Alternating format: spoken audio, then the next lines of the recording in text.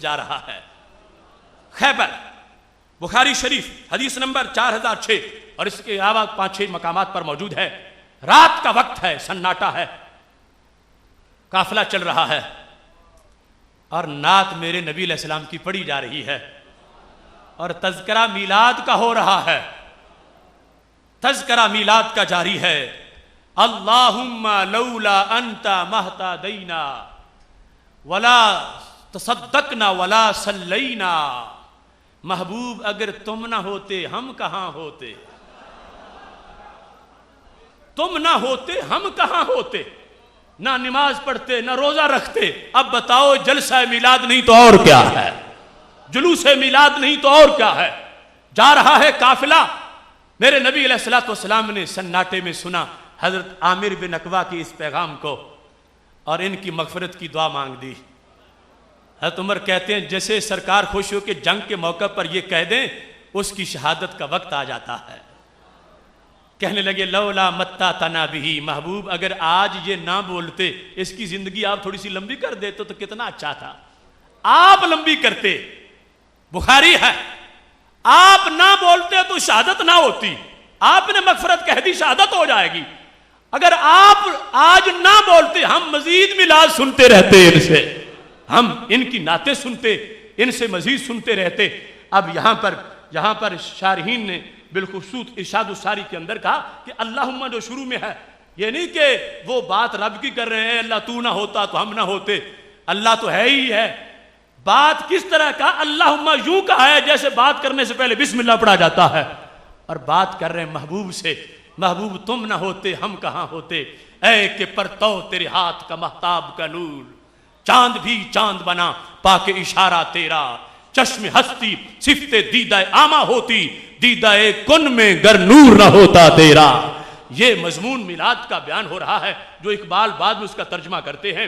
اب یہ ہے صحابہ کی ادا خالی کون سی ہے محفل میلاد سے، وہ تو ہر وقت کر رہے ہیں، ہر وقت، ہر جنگ، ہر تذکرہ، ہر جہت ان کی ہے۔ اس واسطے اگر دل میں کھوٹ نہ ہو تو مجبوری کوئی نہیں، اور کسی لحاظ سے کوئی تردد کی وجہ بھی نہیں بچتی۔ انسان کو کھلے دل سے نبی اکرم نور مجسم شفیع معظم صلی اللہ علیہ وسلم کی اس خوشی پر خوش ہونا چاہیے۔ جب ایک کافر نوازا گیا تھا تو ہو امتی غلام، اور خوشی کرے تو وہ محروم کیسے رہ سکتا ہے۔ اس سلسلہ میں بخاری شریف میں موجود ہے، حدیث شریف 5101 ہے کہ ابو لہب نے جس وقت سویبہ کو آزاد کیا تھا، میرے نبی علیہ السلام کی ولادت کی اس نے خوشخبری سنائی تھی، تو انگلی سے اس کو آزاد کر دیا۔ بخاری شریف میں ذکر موجود ہے، عروہ کہتے ہیں وَسُوَیبَةُ مَوْلَاةُ لِأَبِي لَہَب وَكَانَ أَبُو لَہَب آتَقَهَا، ابو لہب نے اس کو آزاد کیا تھا۔ اس کے بعد کہتے ہیں مات ابو لہب، ابو لہب فوت ہو گیا، اس کے خاندان میں سے کسی نے اس کو خواب میں بڑی اچھی حالت میں دیکھا، حالانکہ کٹر کافر تھا، مشرک تھا، اچھی حالت میں دیکھا تو قال لہو ماذا لقیتا، پوچھا کہ کیا خوش بڑے ہو، اچھی حالت کی ہے، کیا تمہارے ساتھ معاملہ ہوا وہاں پہ؟ یہ کوئی لیلا مجنو کی داستان نہیں، بخاری شریف ہے۔ ماذا لقیتا، ابو لہب سے خواب میں پوچھا دیکھنے والے نے تجھے کیا ملا، معاملہ کیسے ہوا؟ تو اس نے کہا لم القا بعدکم خیرہ، بس جب سے مرا ہوں روزانہ مجھے توڑی لگاتے رہتے ہیں، کوئی خیر مجھے نہیں ملی، عذاب کا سامنا کرنا پڑتا ہے۔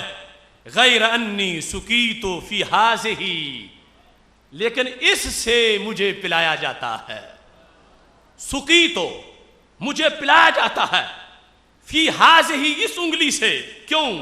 بِإِتَاقَتِي سُوَیبَةَ، اس واسطے کہ میں نے سویبہ کو اس سے آزاد کیا تھا، باقی تو میرے لیے کوئی خیر نہیں ہے، لیکن اس سے چونکہ خوشخبری آئی، میں نے خوش ہو کے آزاد کیا اس سے، تو اس سے مجھے ملتا ہے، جو پلاتا ہے مجھے، وہ دودھ ہو، وہ شہد ہو، پانی ہو، مجھے سکی تو اس سے پلایا جاتا ہے۔ اب یہاں پر ایک کافر بندہ ہے، اس کے لحاظ سے اس نے خوشی کی، حالانکہ کفار کے لیے کوئی تخفیف نہیں ہے، لیکن اس کے باوجود نبی علیہ الصلوۃ والسلام کی نسبت سے خصائص موجود ہیں جس کا ذکر بخاری شریف میں تذکرے میں دیگر مقامات پر بھی ہے. یہاں پر ابن منیر محمد بن ناصر دمشقی جو ہیں امام شمس الدین، انہوں نے اس حدیث پر بحث کرتے ہوئے یہ لکھا، کہتے ہیں اذا کان ھذا کافرا جاء ذمہ بتبت یداہ فی الجحیم مخلدا اتا انہ فی یوم الاثنین دائما یخفف عنہ للسرور باحمدا فما الظن بالعبد الذی کان عمرہ باحمدا مسرورا ومات موحدا. یہ 3 اشعار اس پر انہوں نے لکھ دیے. کہتے ہیں جب یہ پکا کافر تھا اور کافر ہی مرا تھا اور تبت یدا ابی لہب، تبت کے ساتھ اس کی مذمت بھی آئی ہے. وہ ابو لہب جو ہے بے تبت یداہ فی الجحیم مخلدا، دائمی جہنمی ہے، اس کا ذکر آیا. اتا انہ فی یوم الاثنین دائما، کہ ہر پیر کے دن یخفف عنہ، اس کا عذاب ہلکا کر دیا جاتا تھا. ہر پیر کو اس کا عذاب ہلکا کر دیا جاتا تھا. للسرور باحمدا، چونکہ اس نے حضرت محمد صلی اللہ علیہ وسلم کی خوشی منائی تھی، اگرچہ نبی سمجھ کے نہیں، اس نے اس کے علاوہ رشتہ داری کی بنیاد پر خوشی منائی تھی تو تخفیف ہو گئی. تو امام شمس الدین کہنے لگے فما الظن بالعبد الذی کان عمرہ، پھر اس عاشق کی کیا شان ہے کہ جس کی ساری عمر ہی خوشی میں گزر گئی ہے. کان عمرہ باحمدا مسرورا، کہ ساری عمر ہی مسرور رہا ہے. ومات موحدا، اور مشرک نہیں مرا، توحید پرست فوت ہوا ہے. جب ایک مشرک کے لیے یہ ہے تو توحید پرست کو اس سے کتنا فائدہ پہنچے گا. اس بنیاد پر یہ انداز جس میں یہ تذکرہ میں نے صحاح سے آپ کے سامنے ذکر کیا، یہ اس کی اصل ہے. آگے اس کے لحاظ سے جو نفس الامر کی صورتیں ہیں اس کا حکم اخذ کیا جاتا ہے. اس سلسلہ میں مثال دے کر ایک بات واضح کرنا چاہتا ہوں. صحابہ کرام علیہم رضوان دین کی اصل ہیں، اور ہم دین کی اصل نہیں، ہم دین کی فرع ہیں. فرع ٹہنی کو کہتے ہیں اور اصل جڑ کو کہتے ہیں. جڑ اور ٹہنی 2 جدا جدا چیزیں ہیں، مگر دونوں کا مشن ایک ہوتا. دونوں مل کے سایہ بھی کرتی ہیں، دونوں پھل بھی دیتی. سوز جڑ میں ہوتا ہے، نظر ٹہنی میں ہوتا ہے. اب ان کا آپس میں رشتہ طے شدہ ہے، جڑ اور ٹہنی کا. آج جو ہمارے موجودہ میلاد کے انداز پر اعتراض کرے کہ یہ جھنڈے کیوں لگائے، جھنڈیاں کیوں لگائی، دیگیں کیوں پکائیں، ہم نے چونکہ وہ دوسری دلیلیں پہلے ایک کتاب میں چھاپی ہوئی ہے، اس طرف نہیں جاتا. جو صحیح مسلم میں صحابہ کی محفل میلاد کا ذکر ہے اس میں پھر وقت گزر جائے گا کہ نفس محفل میلاد صحابہ کی محفلیں ہم نے ثابت کی ہیں.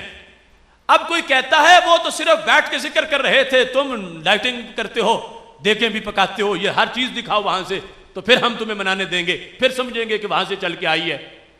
تو میں یہ صرف عرض کرنا چاہتا ہوں کہ صحابہ اصل ہیں، ہم فرع ہیں. اصل جڑ ہے، فرع ٹہنی ہے، اور جڑ ٹہنی کا رشتہ بڑا مضبوط ہے. افضل جڑ ہے، سوز اس کا ہوتا ہے، نظر ٹہنی میں آتا ہے.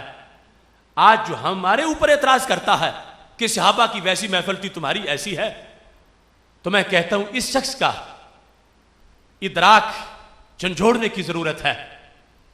جڑ ٹہنی کا مسلک ایک ہے، مشن ایک ہے، مگر کچھ فرق بھی ہے.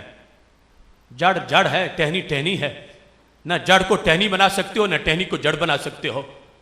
جڑ ہمیشہ نیچے جاتی ہے اور ٹہنی ہمیشہ اوپر آتی ہے.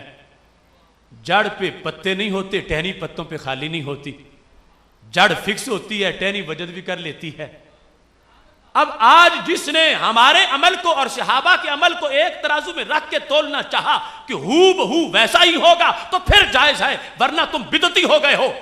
اس کا قول اس احمق جیسا ہے جو کسی ٹہنی کو پکڑ کے تانے دینا شروع کر دے، اے ٹہنی تو بدعتی ہو گئی ہے. اس نے کہا کیوں؟ کہا تم تو اپنی جڑ کا مسلک چھوڑ بیٹھی ہو. اس نے پوچھا ٹہنی نے، میں کیسے بدعتی، میں تو جڑ کی کارکن، میں تو جڑ کے پیغام کو لے کے چل رہی ہوں. جڑ چھپ گئی ہے، مجھے اس نے سامنے کر دیا ہے، تو مجھ پر ہی بدعت کا فتویٰ، اور میں ہی جڑ کی نگہبان، کیوں میں بدعتی ہوں؟ تو اس شخص نے کہا واضح ثبوت ہے کہ تب تمہاری جڑ پہ پتے نہیں تھے، تم پہ پتے کہاں سے آ گئے؟ پتا چلا تم نے جڑ سے جدا کام کرنے شروع کر دیے۔ تو ٹہنی نے سر ہلا کے کہا اے زمانے کے بے وقوف دانشور، تو میرے پتوں کو بدعت کی دلیل بناتا ہے؟ یاد رکھ، پتے اس کے نہیں ہوتے جس کی جڑ نہیں ہوتی، اور جس کی جڑ ہوتی ہے اس کے پتے ضرور ہوتے ہیں۔